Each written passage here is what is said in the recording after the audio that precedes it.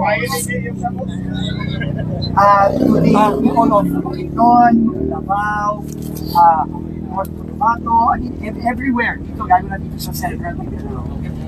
Talagang, we want really to tell you na talagang gusto namin talagang pinsan to because we know the importance of the Davao Bugar, Davao Bukidnon. Alam natin lahat yung importansya nito para sa mga kababayan natin. Kaya halos na naiiyak na kami ni SB kanina kasi nakakatuwa yung mga tao.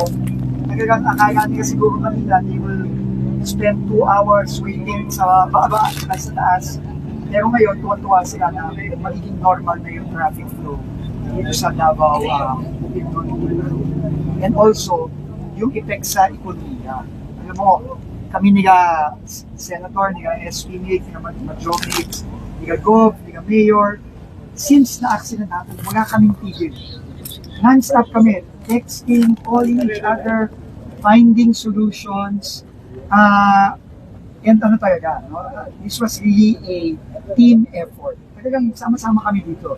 Hindi to magagawa ng ganito kabilis kung hindi nagtutulong-tulong ang province, ang Municipality of Quezon, si Senator Migs, and syempre yung ating magaling na regional director, si RD Beth, who really made this happen. Alam nyo, just to give you a background, nung bumagsak yung road late last year, we came here with Mayor. The initial estimate for the duration ng repair and rehab ng original road was 2 years. 2 years ang 6 to 8 months study pa yan. Kasi grabe talaga yung nangyari, no? And very, very dangerous, no? Kaya when we came here, talagang para sa akin, unacceptable, no? So, yung 2 years. Because, can you just imagine, Bob, how much do we use here economic-wise in pesos every day? The estimate is 40 million a day. 40 million pesos times 2 years.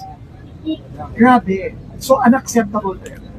That's why we really worked hard the last couple of months. And from the start of the construction, it only took our regional directors, David O'Reilly and her team, with the help of everybody, the municipality, the province, and si Senmix, 2.5 months. So now, we opened it. Ngayon, magtataka kayo, bakit namin ino-open na hindi pa tapos?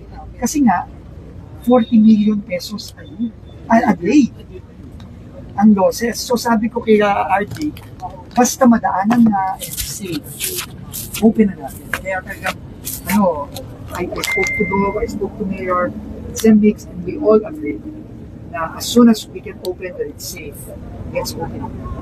Now, what will happen? What will happen in the next few days is number 1, itong nakikita yung gravel road, gagawin tong asphalt. Mag-asphalt overlay tayo ng 106 cm, mga ganun kakapag yun, mga 4 inches, starting Friday. So, we are now open, fully open 4 days. Pero starting Friday, magkakaroon ng construction. But we will not close. Magkakaroon ng konting traffic management with the help of Mayor and Gov. So, habang ina-asphalt overlay, meron ng mga konting may 1 lane muna. So, pag natapos yun, mabilis naman ang asphalt. No? Let's just pray for good weather. No? I hope it does not rain the weekend. But we will still keep it open. But the target is we will finish the asphalt overlay by Sunday night. No? Friday magsa-start. Sunday night, we will finish it so that by Monday, asphalt natin ito. Highway na tayo. No? So ngayon, konting tiis lang, hindi pwede masyadong mabilis. No? Pero at least open na. No? In 4 days. And then, we are also putting the drainage, as you can see there. No, there is a new drainage canal because the primary reason that we diagnosed SP and Mayor is yung water, no, sa ilalim. Yun ang nakasira dun sa old setting. So we have to solve that with a No, and then we will add slope protection, no, for the detour. Actually, we also want to announce that this will actually no longer be a detour. This will be the permanent one. Because we cannot risk using the original one kasi delikado.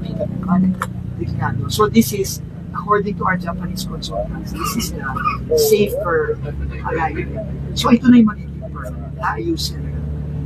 And then we will see what we will do with the old person. So we will have to study it. Pero at least, so again, I just want to thank Senator Diggs. There's really been a big help, lalo na sa budget. Talagang pinaniwala siya. Kailangan talaga natin ng infrastructure natin. So, and of course, to go and to make our art. I just want to say, ito yung sinasabi ni President. Alam mo, maniwala kayo, kung hindi si President Bongbong nag-desisyon na ayusin na ng mabilis, hindi pa tayo nagbubukas. So it's really the will of the President and the support of our province and LGUs that made this happen. I think record time. So, yun lang. No? So yun lang. And we will be doing the same thing in other areas. No, we will, as Pasad area, I said nga, Gov, and Mayor, open to the public. Please tell us if there are unfinished roads, unfinished bridges, unfinished classrooms, unfinished healthcare centers, hospitals.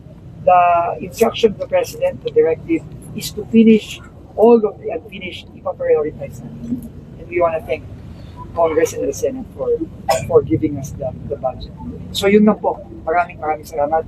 Maybe I'll turn it over to Sen. Leaks and our governor and the